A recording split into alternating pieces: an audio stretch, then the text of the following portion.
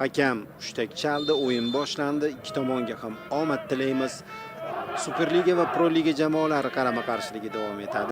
Jalilov 99-raqamda, ikkinchi Izzatullo Abdurasulov 95, Elnur Turg'unov 18-chi Mirjalol Abdumutalov va gol urdi Paxtakor do'stlar.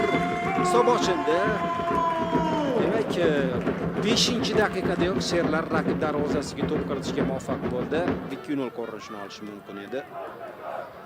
Mana shu joyda Bashar Flamarionga to'pni yetkazib berdi va o'sha markazda Flamarion to'pni bitta harakat bilan o'ziga to'g'rilab Ibrohimga oshirdi. Ibragimov esa joylashuvga qarab tanishtirdim. Hujumda bitta futbolchi o'sha Akbarxon Ibrohimxonov harakat qilyapti. Yana bir hujum. 2-0 mi? Flamarionning zarbasi. Oshincha bo'lsin. Hozir darvozabon to'pni egallab oldi.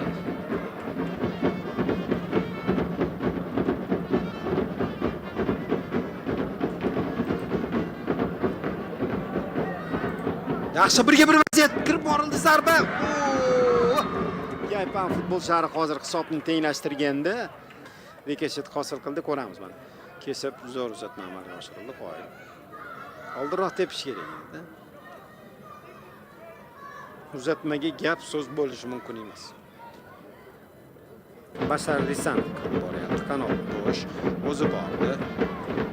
Endi uzatdi kech. Lekin uzatma shunaqa sekin yo'llangandi, o'ziga o'zi pas berib oldi. Dilshod Saitov zarba sal qoldi.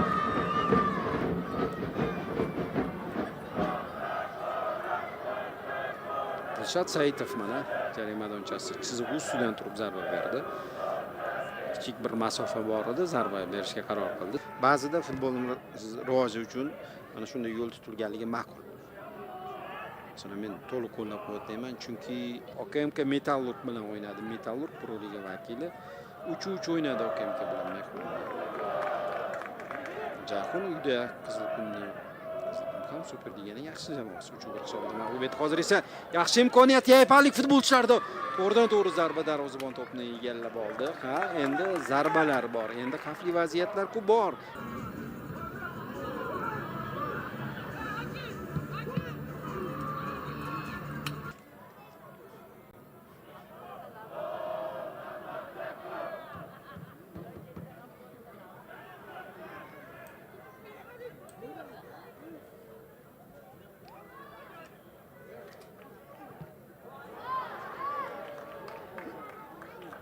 Yana bir hujum muvaffaqiyatsiz yakunlandi. Turg'unboyev zaxiradan qo'shildi yaypanliklar tarkibida. Dilshod Saitov pas berdi. Ibrohim ortga, Oybek zarba no. Oxirgi o'yinlarda o'yin markazida Taqsim bilan Abdumajidov o'ynayotgandi. Muhammad Rasul darvozaga zarba beradimi? Endi variant bu, lekin oshiradi-yu, oshiradi. Yuqoridan ko'tardi. 2-0 mi? Ha, bu yerda shuncha payt himoyada tartibli o'ynagan Yaypan futbolchilari kutilmaganda Zaid Taqsimni o'tkazib yubordi. U bosh bilan sekingina to'pni darvozaga to'g'rilab. Keyin u tomonda mana o'zi Taqsimni yolg'iz qoldirdi.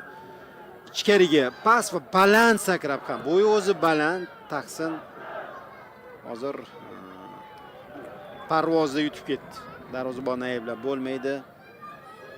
Flamariondan mana bu uzatma, keyin to'pni Diyor Ermanov Taqsimga uzatdi, Taqsim darvozaga yo'lladi.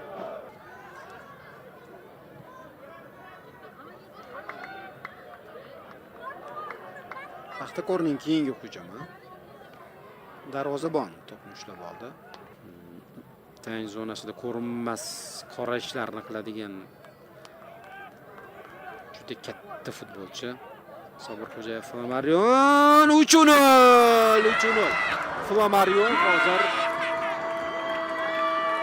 juda chiroyli pas qabul qilib oldi sherigidan va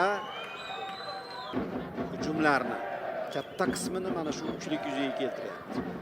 Mana bu safar ham Ibragimov to'pni yetkazib berdi. Ibrohimdan mana shunday uzatma va vaqtida Flamarion burchakka to'pni yo'lladi. Himoyachilar ham oldinga o'tganda qaytayotgan himoyachilar, kutib olayotgan himoyachilar emas Flamarionning qarshisida. Himoyaga qaytayotganlar. Bu yerda odatda to'pni qaytarish qiyin bo'ladi. Liga jamoalarida Pro Liga klublariga nisbatan sal bo'lsa ham yaxshiroq bo'ladi. O'sha 1 soatdan keyin Yaypan o'yini ancha bo'shashdi.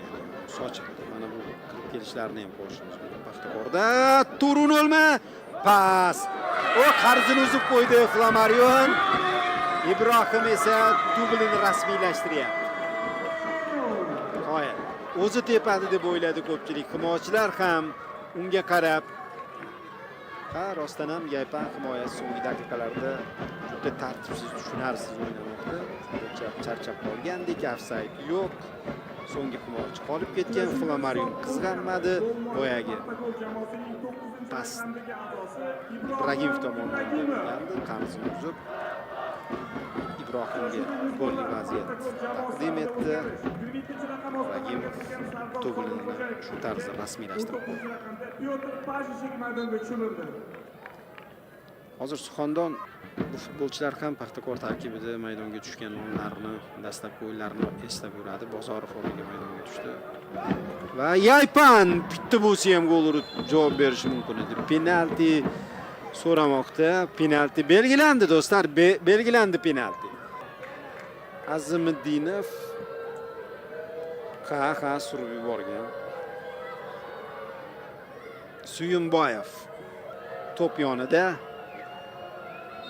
Sanjar Quvvatov bilan duelda yutib chiqdi. Juda sovuqqon yondashdi. Chiroyli gol urdi penaltida mana shu yigit. Kimsan? Sanjar Quvvatov turgandi uning qarshisida, o'zini yo'qotib qo'ymadi. Yaqin yillarda mashhur futbolchi ham bo'lib ketishi mumkin. Juda zo'r bajardi. Markazga tepdi, aldadi va markazga tepdi. Juda sovuqqon. Yaypan Pro Ligada ham o'rta pog'onalarda borayotgan jamoa. Hozir deyarli bir vaziyat edi. Charchab qolgan bo'lishi mumkin. Kuch taqsimlash ham futbolda muhim.